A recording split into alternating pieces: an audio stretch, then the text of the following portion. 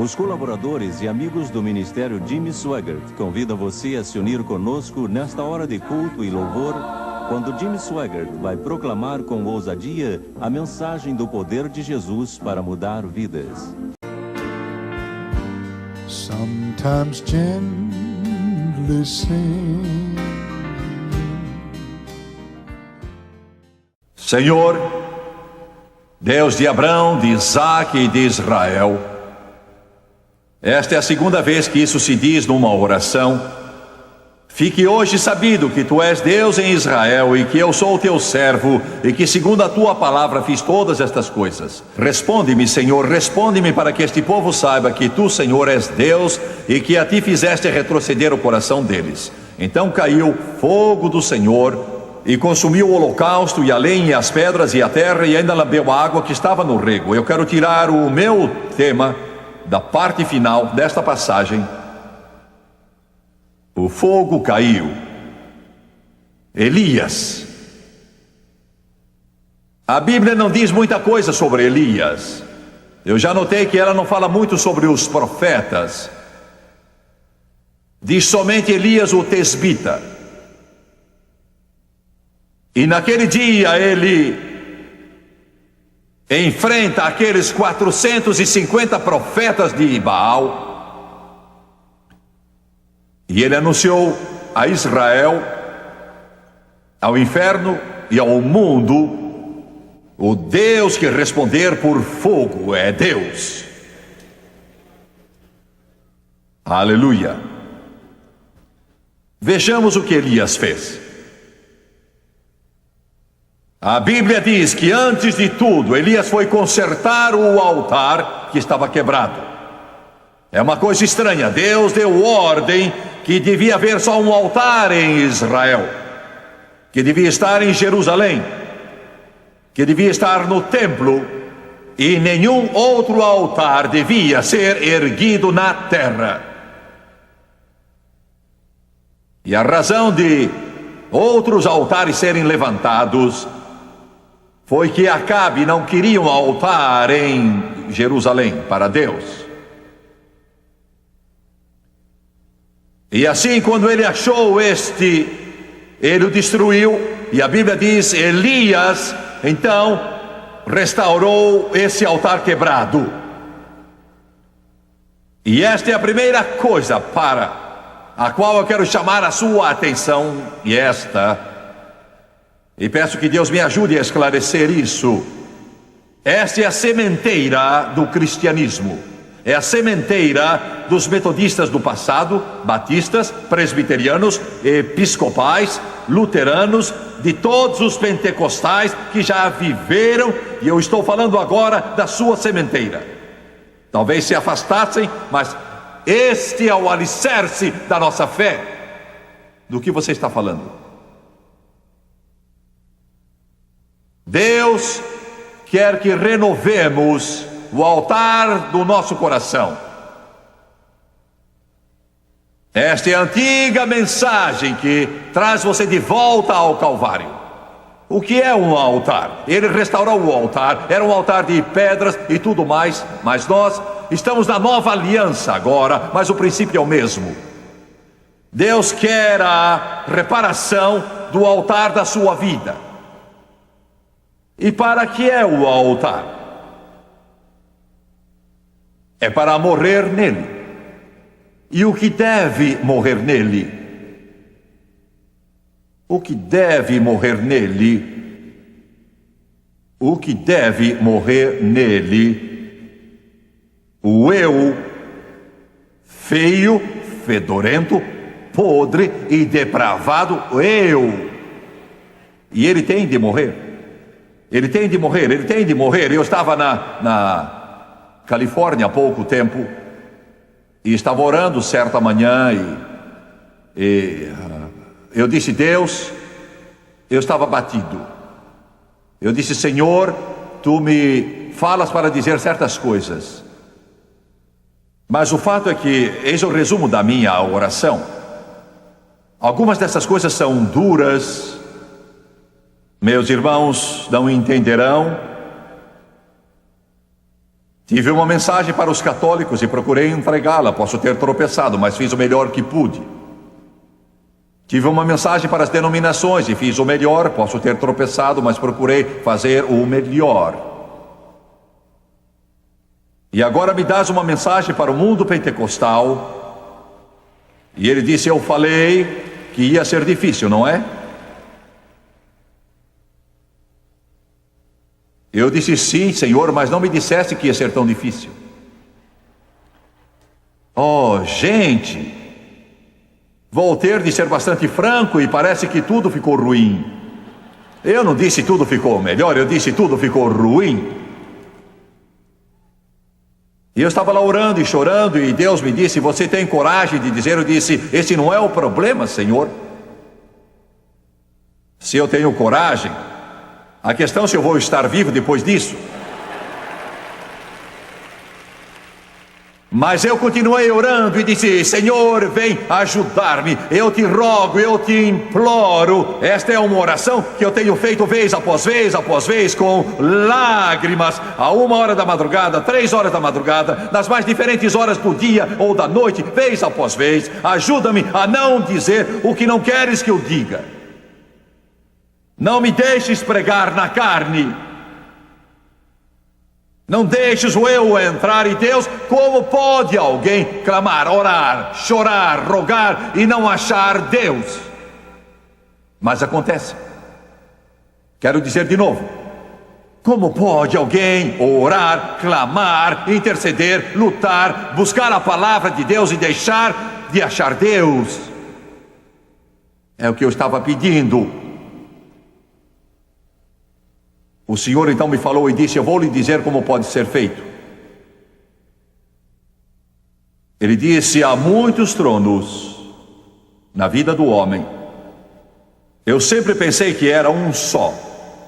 Ele disse: há muitos, porque o homem tem 2 partes, tem 3 partes e até 4 partes.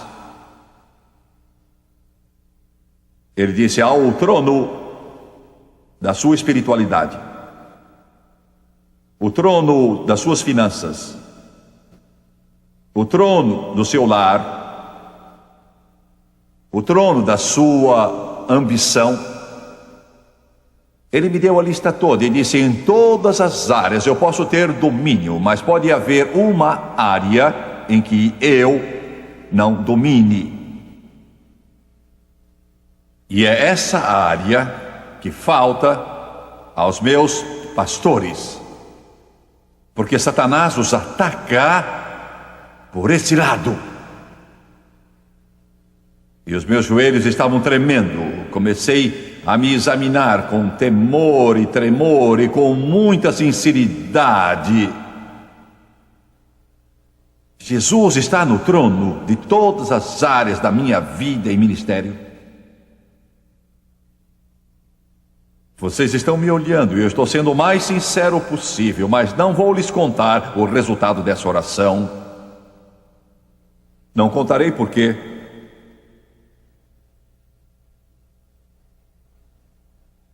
Quando você diz ao Espírito Santo que projete a luz do céu sobre a sua vida, e você está nu diante dele, e você ficará surpreso com o que ele vai revelar de errado, de desagradável. E ele diz: restaure esse seu altar caído.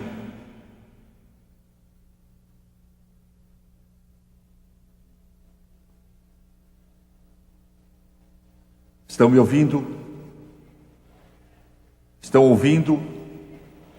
Eu amo a Deus mais do que a tudo no mundo. Mas tenho que admitir que essa é uma batalha constante.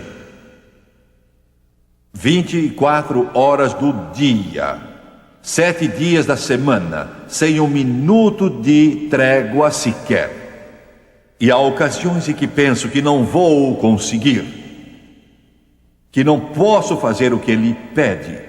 Mas toda vez que chego a esse ponto, lá no meu altar de oração, ouvindo alguém como aquele missionário que eu ouvi hoje à tarde, enquanto ele estava pregando aquele sermão, o Espírito Santo me falou e disse: você precisa da minha ajuda, eu vou dá-la. Glória! Aleluia! Aleluia! Estou aqui para dizer, se você quer obedecer, o inferno não pode impedi-lo, nem tampouco os demônios podem. Baal não pode. Jesus está vivo, Deus está vivo, Baal está morto, Deus vive, está no seu trono. Jesus Cristo é o mesmo ontem, hoje e para sempre. Aleluia! E eu vou vencer, nós vamos vencer. Estaremos na presença dele, poderemos ter marcas, mas vamos chegar lá com a ajuda e a graça de Deus.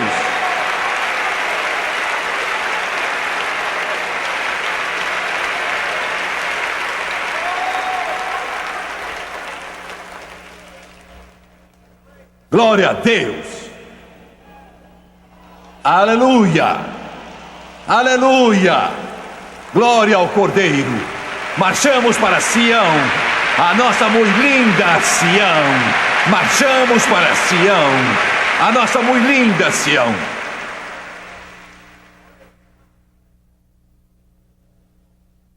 O que a igreja tem a fazer é restaurar o altar em ruínas.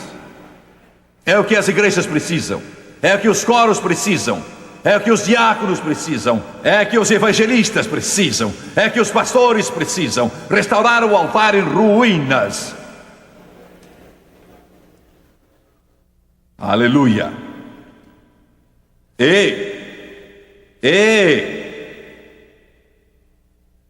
Eu sou evangelista.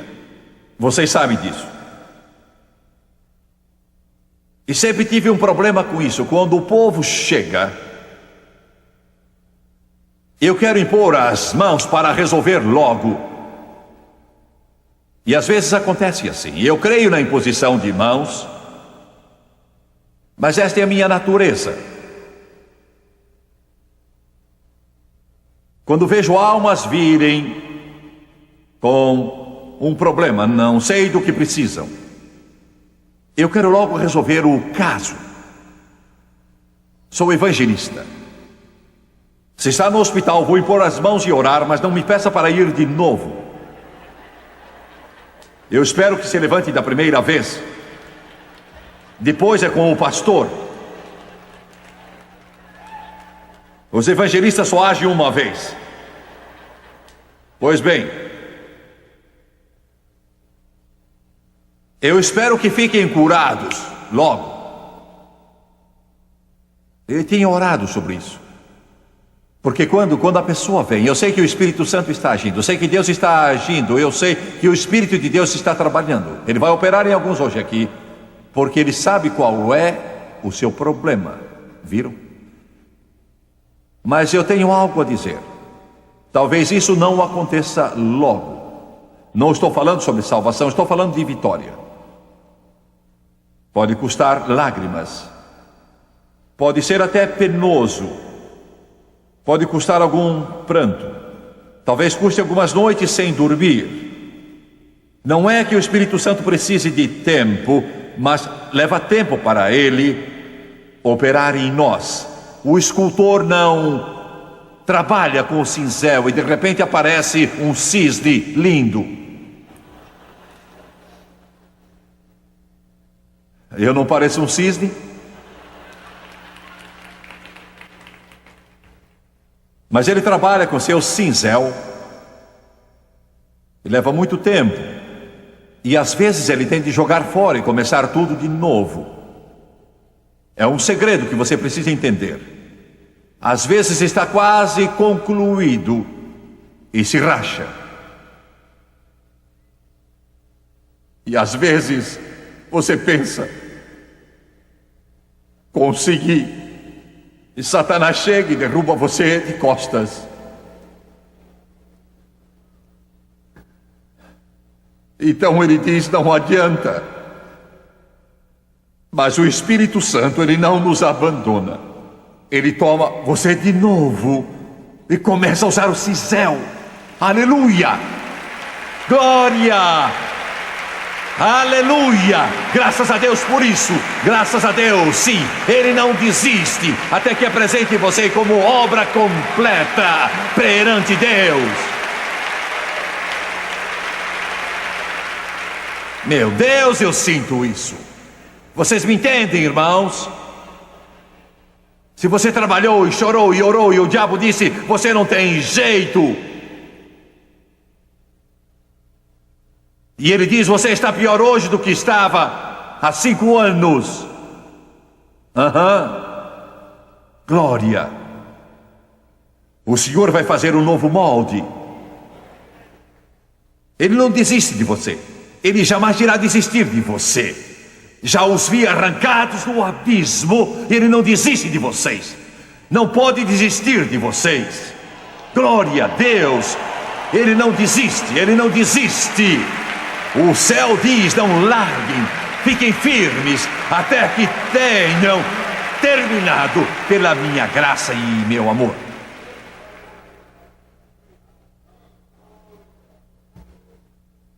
Aleluia!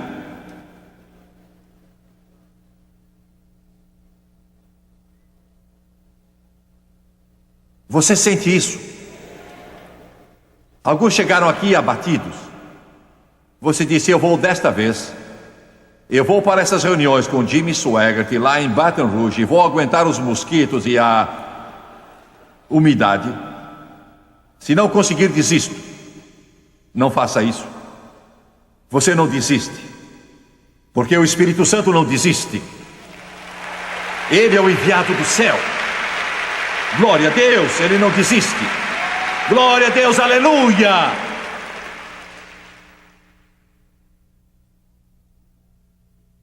Ponto número 1. Restaure o altar caído. Ponto número 2. Não, Elias não disse isso. Eu digo. Ele fez um rego em toda a volta do altar. Abriu uma vala, um sulco. Sabe por que ele abriu um sulco? Porque estava dizendo, deste lado de cá é Deus, do outro lado o refúgio. Quer dizer, separação. Separação. Separação. Você restaura o altar em ruínas, e aí o Espírito Santo separa você.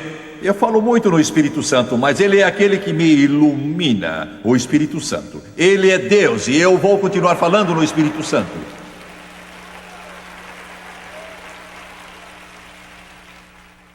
O Espírito Santo diz, você restaurou o altar arruinado, agora saia do meio deles, e então separe-se. E não toquem coisas impuras, e então eu o receberei.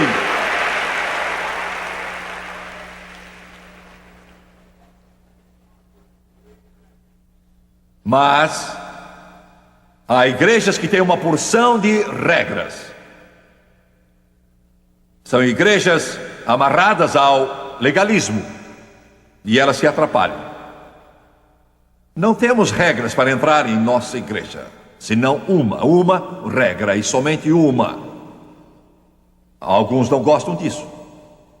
Não quero dizer gente daqui, mas alguns irmãos de fora me escrevem cartas e eu não gosto desse modo, eu sinto muito. Temos uma condição, é ser salvo, nascido de novo para ser membro da igreja. Você pode ter problemas, mas pode ingressar. Talvez precise muita coisa, mas pode ingressar. Talvez precise muito retoque, mas pode ser membro. Pergunto, se você pode se unir à igreja de Deus, por que não pode ser membro desta igreja?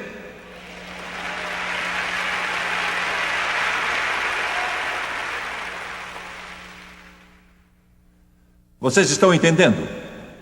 Quando eu era menino, você entrava para a igreja. Havia muitas regras a seguir e decorar. Um compromisso para assinar. Não vou fazer isso, nem aquilo, nem nada.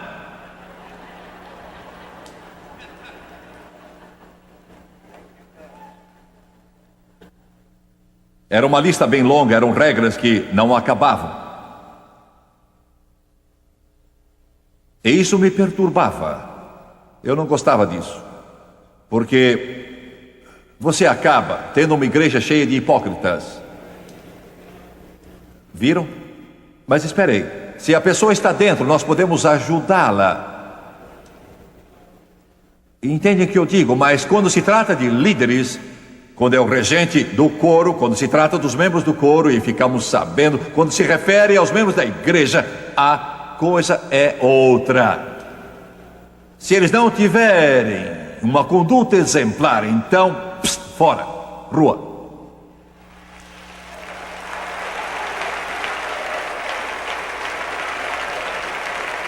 Vocês entendem o que eu digo? Não estou sendo duro, são líderes. Devem ser pessoas espirituais, exemplos do corpo de Cristo, a fé e a igreja. Os amamos, mas não ficam. Separação do mundo. Agora eu quero ser bonzinho e pregar para vocês algumas coisas que eu acho que vocês precisam ouvir. Vamos lá. No capítulo 15 do livro de Atos, creio que é no capítulo 15, eu não verifiquei, mas acho que é. Tiveram o primeiro concílio das Assembleias de Deus. Não, era da Igreja de Deus, sinto muito. Não, eram os batistas, sinto muito. Bem, foi o primeiro concílio cristão. Pedro estava lá, Paulo estava lá, João estava lá. E Tiago, o irmão de Jesus, meio-irmão, é que ocupava a presidência. No final daquela reunião, eles firmaram 4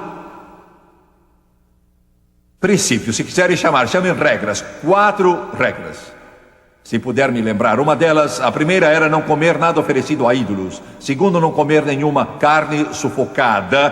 Terceiro, não comer sangue. Quarto, não cometer fornicação. E senhores, estou certo que todos sabem, mas eu pensei muitas vezes, foi isso o melhor que eles conseguiram? Vocês também? Leram isso no capítulo 15 de Atos e pareceu tolo a vocês? A igreja de Deus se reúne, o Espírito Santo lhes dá ordens e orientação. E é isso que eles nos apresentam. Não comam carnes oferecidas a ídolos, nem coisas sufocadas, nem sangue, não cometam fornicação. Mas um dia eu coloquei isso diante de Deus e disse, afinal, o que isso quer dizer? Porque Tiago foi guiado pelo Espírito e não me parece que tenha sido um bom trabalho do Espírito Santo ou de Tiago. Eu não diria isso a vocês, mas disse a Deus. Ele disse, não, Tiago fez bem, o Espírito Santo foi perfeito.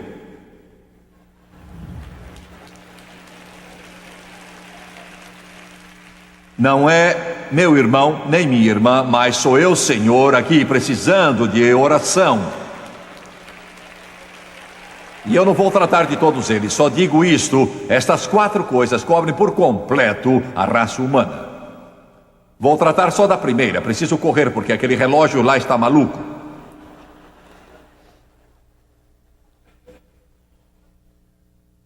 Não comer sangue, respeito à vida humana. Deus põe alto valor na vida humana.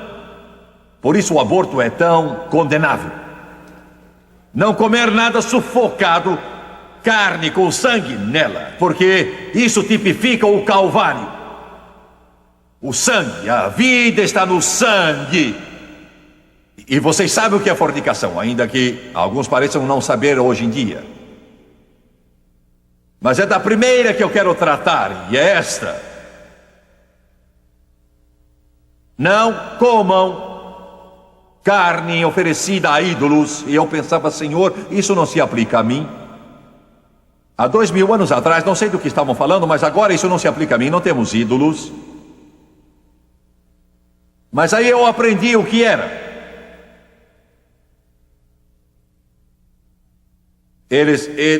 os pagãos, ofereciam ao seu ídolo um boi, um cordeiro, outra coisa ao seu deus Júpiter, Marte, Plutão, Astarte, Baal,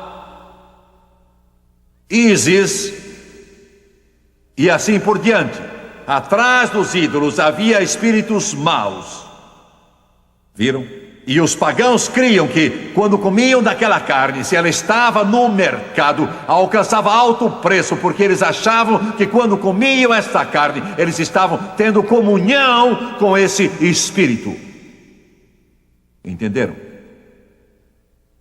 Como isso se aplica a mim hoje? Vou lhes dizer. Preste muita atenção. Quando você vai para um cinema e você paga 40 cruzados ou 60 cruzados, seja lá quanto for, para esse ingresso, e entra e assiste ao que Hollywood oferece a você, simplesmente você está tendo comunhão com os espíritos demoníacos que estão por trás de toda aquela sujeira.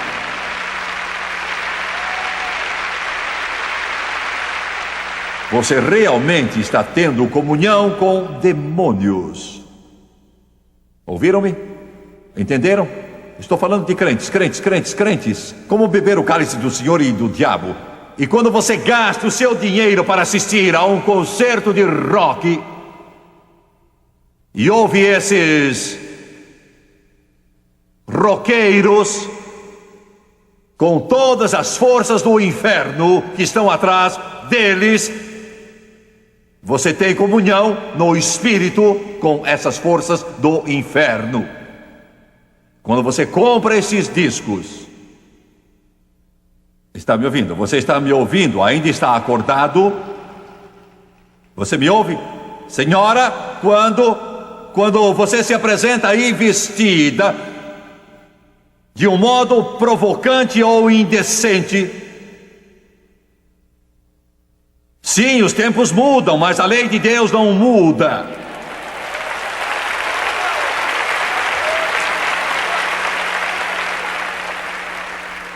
Você está tendo comunhão com os espíritos maus que fomentam a lascívia e a cobiça e os poderes do inferno. Vocês estão me ouvindo? Estão me ouvindo? Estão me ouvindo? Há 20 anos atrás estive num jogo de futebol americano em Houston, Texas. Sentei lá por 30 minutos ou 20 minutos ou coisa assim. Não pude aguentar.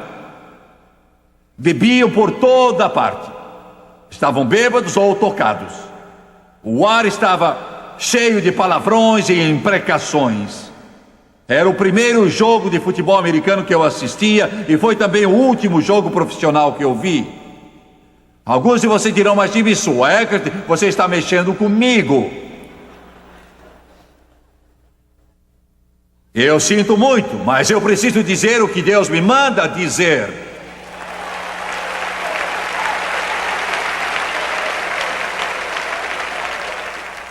Você está tendo comunhão com tudo que está acontecendo no mundo.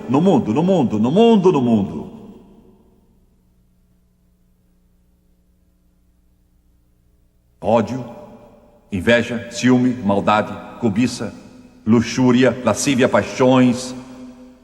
Você pode entender um crente, um filho de Deus, cheio do Espírito Santo. Você pode entender que vá à cidade de Memphis, Tennessee, e queira visitar a casa de Elvis Presley.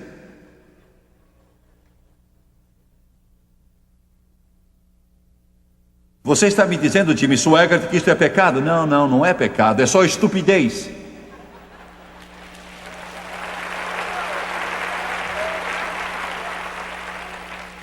Não tenho nada contra Elvis Presley. Realmente não tenho nada contra ele. Eu ia um dia falar com ele logo antes dele morrer, mas não sei o que aconteceu que impediu que eu fosse. Estávamos em Memphis, meu primo Jerry Lee e eu, e saímos para visitar Elvis Presley. Mas o assunto é outro.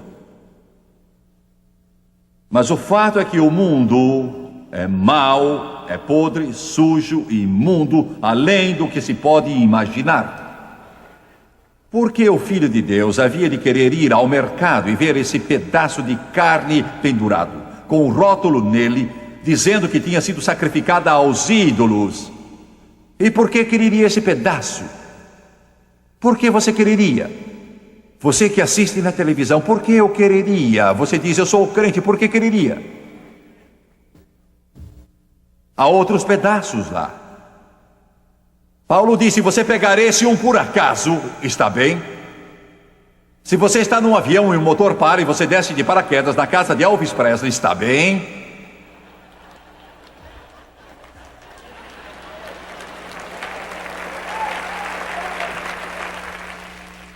Eu estou usando um pouco de ironia com vocês. Isso nem merece ser mencionado, mas quero mostrar um ponto. Quero salientar uma coisa. Quando você senta em frente da televisão e vê os programas premiados, eu quero saber, por que você quer saber? Que lhe interessa? Que interesse você tem? Você não é cidadão deste mundo, mas de outro mundo. É um peregrino, é um estrangeiro, está passando por aqui. Seu coração está nas coisas de cima.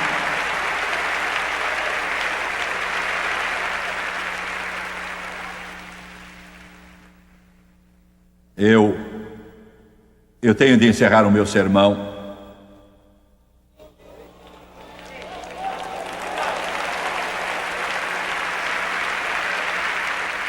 Ele levantou o altar, abriu um sulco, separação, depois pôs a lenha no altar, um tipo do Calvário.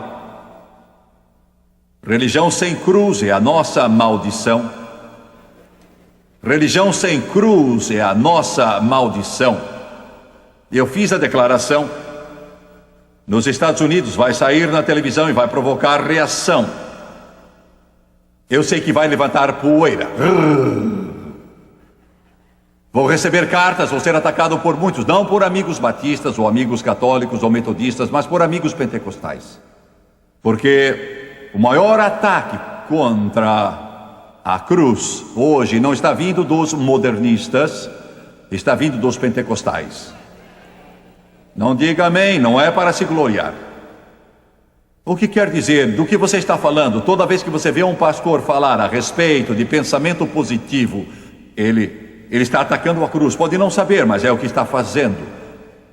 Toda vez que você vê um pastor falar sobre amor próprio, ele ataca a cruz.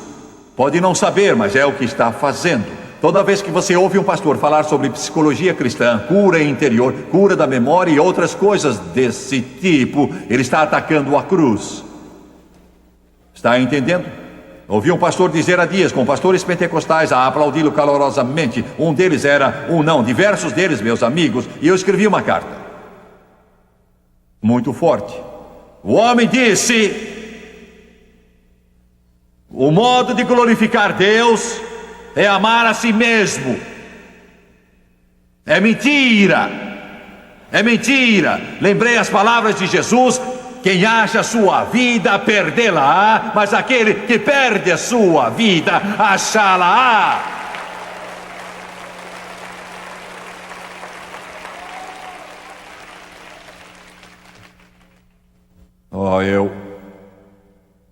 Eu não vou gastar mais tempo falando nisso.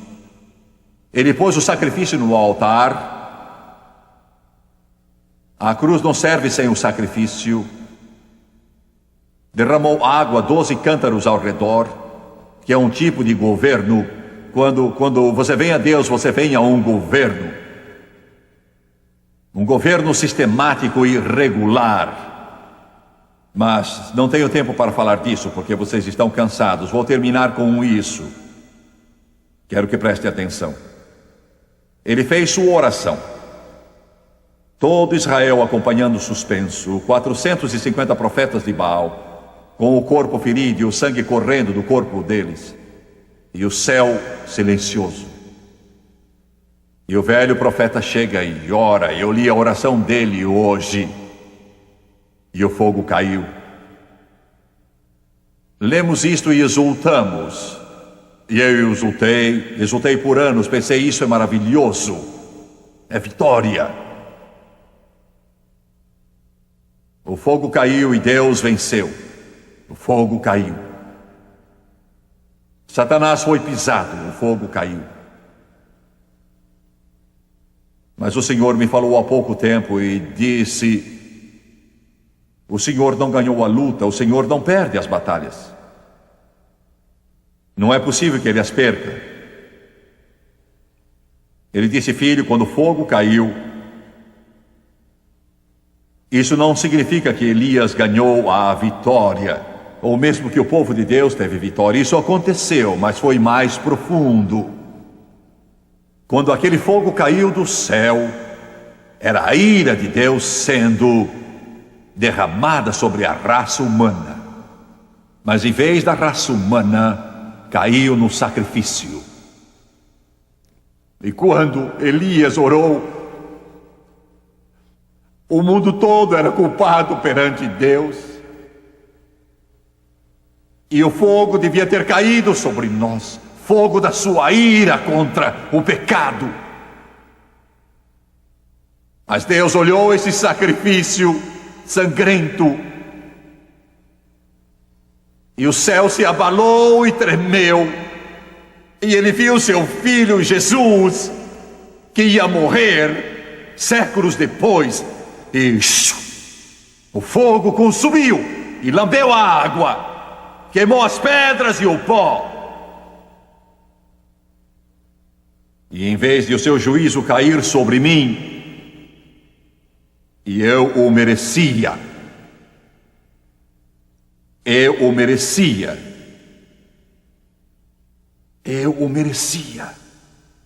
caiu sobre Jesus. Oh, sim.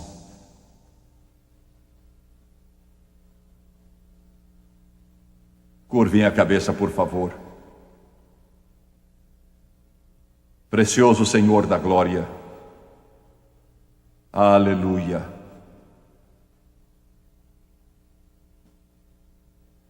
O Espírito de Deus está agindo neste auditório. A mensagem foi bastante clara. Olhem para Jesus, o autor e consumador da nossa fé. Pai, eu te agradeço por Jesus. Eu te agradeço que o preço que Ele pagou foi por mim. Eu te agradeço porque a ira que devia cair sobre mim, caiu sobre o teu único filho. Sou grato porque Ele pagou tudo. O pecado deixou uma mancha carmesim, mas Ele lavou mais alvo que a neve.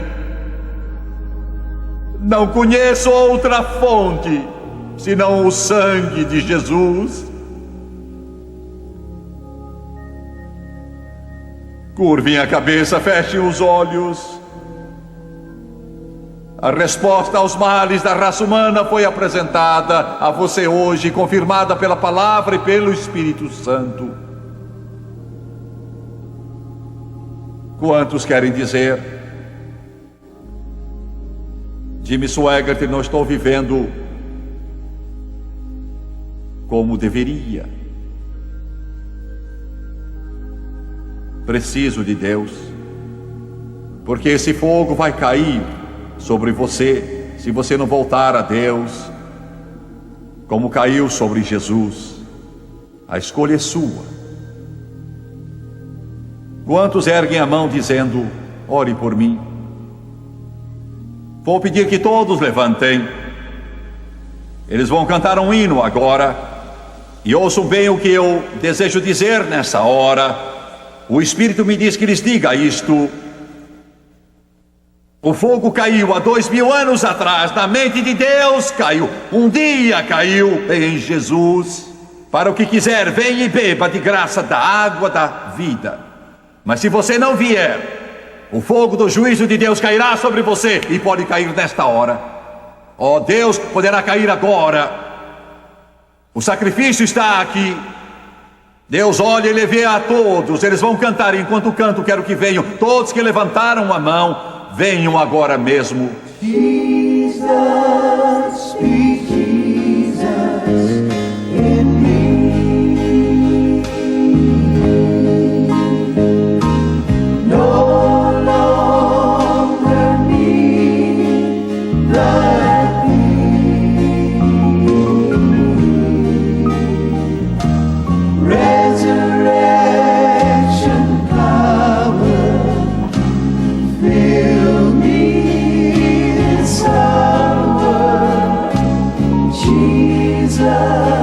venham agora. Venham, venham agora. Cante com eles, coro. Cante com eles. Oh, Jesus, be Jesus in me.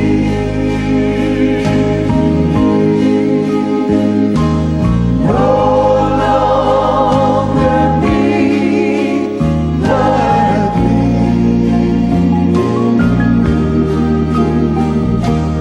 resurrection power, Lord, please fill me this hour. Jesus, be Jesus in me. Peço que olhem para mim por um pouco. Eu sei que muitos dos que vieram para restaurar o altar, mas alguns não eram salvos. E não quero que se arrisquem a sair hoje deste lugar sem ter aceitado pela fé Jesus Cristo como seu Senhor, Mestre, Redentor e Salvador. E se você crer nele, e eu sei que você precisa fazer isso, venha cá, Mateus. Venha para Jimmy Swaggart. Estão vendo este menininho aqui? Jesus disse que devemos vir como crianças. Assim. Você ama Jesus, Mateus? Sim, senhor. Você é salvo? Sim, senhor. Nascido de novo? Sim, senhor. Batizado no Espírito Santo? Sim, senhor. O que vai ser quando crescer? Pastor. Vai ser pastor. Agora, este garotinho pertence a um precioso casal que mora no Texas. Quantos anos tem, Mateus? 6. Tem 6, ele sabe, tem 6. Jesus disse que nos tornemos como criancinhas. O que quer dizer? É aceitar Jesus sem perguntas. E eu vou fazer a oração de confissão. Quero que vocês façam comigo, aqueles que precisam fazer. E quero que creiam de todo o seu coração. E vocês não sairão deste lugar com mais nenhuma dúvida. Agora vamos orar. Curvem a cabeça e fechem os olhos. Amado Pai do céu, eu venho a Ti,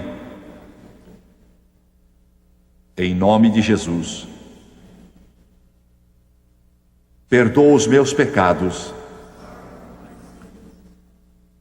a minha vida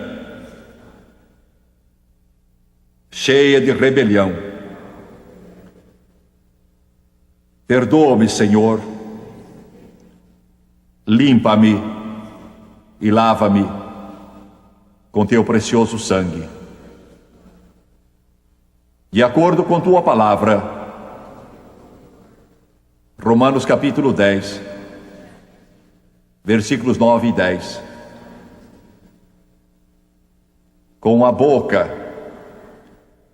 eu confesso o Senhor Jesus. Sobre Ele o fogo caiu.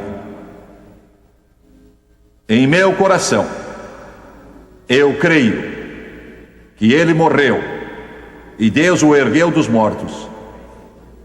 E Ele vive. Agora mesmo eu aceito Jesus Cristo como Salvador pessoal. Eu o sei, eu o creio, eu o proclamo, estou salvo. Aleluia!